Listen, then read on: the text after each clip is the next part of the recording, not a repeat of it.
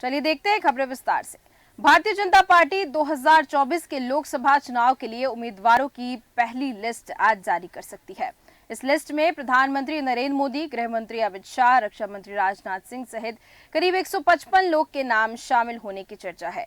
PM Modi को वाराणसी और अमित शाह को गांधीनगर, राजनाथ सिंह को लखनऊ, स्मृति ईरानी को अमेठी, धर्मेंद्र प्रधान को उड़ीसा के संबलपुर, ज्योतिरादित्य सिंधिया को ग्वालियर, शिवपुर और साथ ही साथ शिवराज सिंह चौहान को भोपाल, विदिशा और संबित पात्रा को पुरी से टिकट दिया जा सकता है। तो आज ये लिस्ट आ सकती है और जो निर्धारित नाम है जिनका पहले से अनुमान लगाया जा रहा है, जिसमें शिवराज सिंह चौहान, नरेंद्र मोदी, राजनाथ सिंह, अमित शाह और संबित पात्रा, ये प्रमुख नाम जो सामने आए हैं वो चर्चा का विषय बने हुए हैं। साथ ही साथ शिवराज सिंह चौहान को भोपाल, विदिशा और संबित पात्रा को उड़ीसा से टिकट मिल सकता है, उड़ीसा के पुरी से टिकट मिल सकता है। तो ये प्रमुख नाम है। 155 कैंडिडेट्स हैं, 155 लोगों के नाम शामिल हैं, उस पर चर्चा बनी हुई है।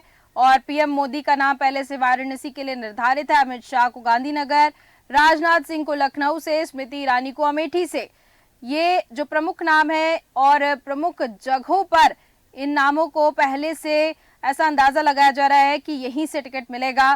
धर्मेंद्र प्रधान को उड़ीसा के संबलपुर, ज्योतिरादित्य सिंधिया को ग्वालियर, शिवपुरी और शिवराज सिंह चौहान को भोपाल, विदिशा और संबित पात्रा को पुरी से टिकट मिल सकता है।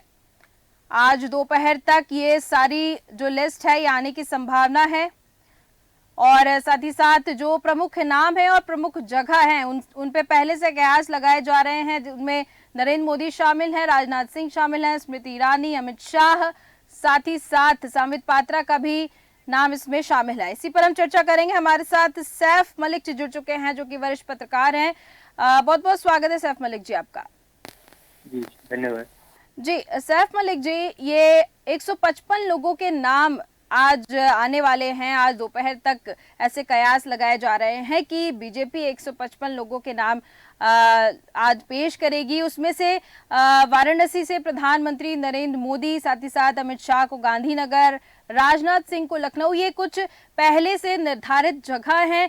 क्या लगता है कि आखिर मोदी जी को वाराणसी से, राजनाथ सिंह जी को लखनऊ से, अमित शाह जी को गांधीनगर से, क्या इसमें बदलाव ला सकते? क्योंकि इसके पहले विधानसभा चुनाव में आपने देखा होगा कि भारतीय जनता पार्टी ने बहुत चेंजेस लाए हैं, तो इसमें कुछ चेंज आ सकते हैं क्या?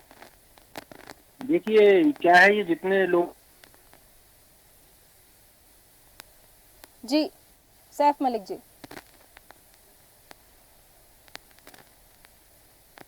के साथ दूसरा नेता नहीं है जिसकी दावेदारी इन सीटों पर हो, तो लिहाजा लगता यही है कि जो इस तरह के कद्दावर नेता हैं और जिनका चुनाव लड़ना बिल्कुल निश्चित है कि उनको चुनाव लड़ना ही है, तो उनके सीटों पर तो पैनल भी नहीं बनेगी, सिंगल नाम ही उनके आएंगे।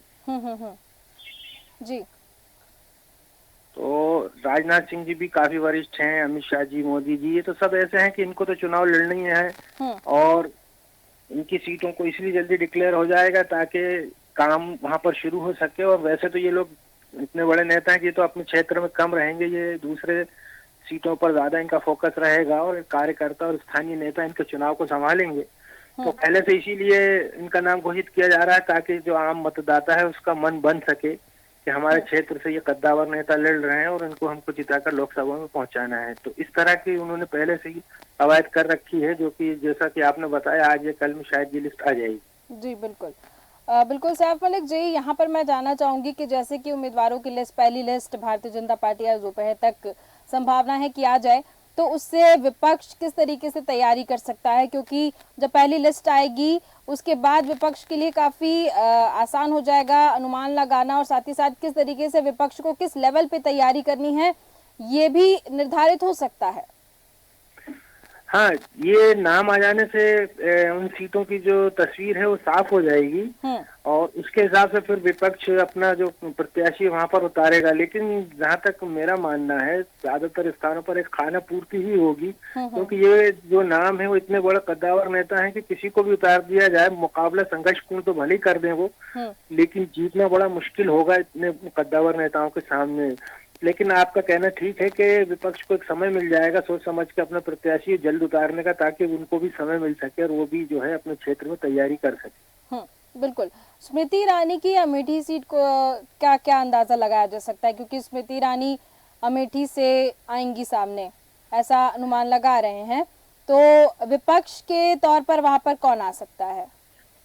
देखिए अभी अमेठी सीट में जो है वहां पर राहुल गांधी जी का भी सुन रहे हैं कि वो भी लड़ सकते हैं, और एक नाम सुनने में आया है, अभी पक्का नहीं कह सकते, कि वरुण गांधी शायद पार्टी छोड़े तो उनको यहाँ से उतारा जा सकता है। और स्मृति ईरानी जी का जहाँ तक सवाल है, तो वहां से जो सूत्रों द्वारा खबर मिली है उससे ये लगता है कि उनके खिलाफ एंटी इनकम्बेंसी उस क्षेत्र में है, क्योंकि जिस तरह से उनको उस क्षेत्र में ध्यान देना चाहिए था उन्होंने उस क्षेत्र में ध्यान दिया नहीं। तो इसलिए उनको मुकाबला उनका वहाँ संघर्षपूर्ण होगा, और वो परंपरागत सीट रही कांग्रेस के परिवार की वो अमेठी, पिछली बार किन्हीं कारणों से हार गए थे, लेकिन इस बार जो कमियां रही होंगी उसको दूर करने की कांग्रेस पूरी कोशिश करेगी, और एक अच्छा दमदार प्रत्याशी मुझे लगता है गांधी परिवार से ही शायद किसी को वहाँ उतारा जा सकता है। बिल्कुल ठीक है। एक और सीट को लेकर मैं चर्चा करना चाहूंगी, जो कि संबित पात्रा को वहां से उतारा जाएगा। संबित पात्रा को पुरी से टिकट दिया जा सकता है, ऐसी खबरें सामने आ रही हैं।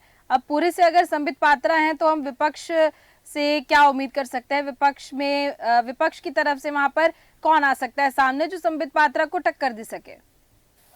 देखिए अभी वहाँ तो क्या है, बीजू जनता दल की सरकार है उड़ीसा में जी, और अभी तक जहाँ तक मुझे मालूम है बीजू जनता दल का किसी से गठबंधन शायद हुआ नहीं है, और कांग्रेस का भी जो मोर्चा है उसमें भी तीसरे मोर्चे के तौर पर बीजू जनता दल वहाँ लड़ेगी, तो मुकाबला वहाँ त्रिकोणीय होने की संभावना है।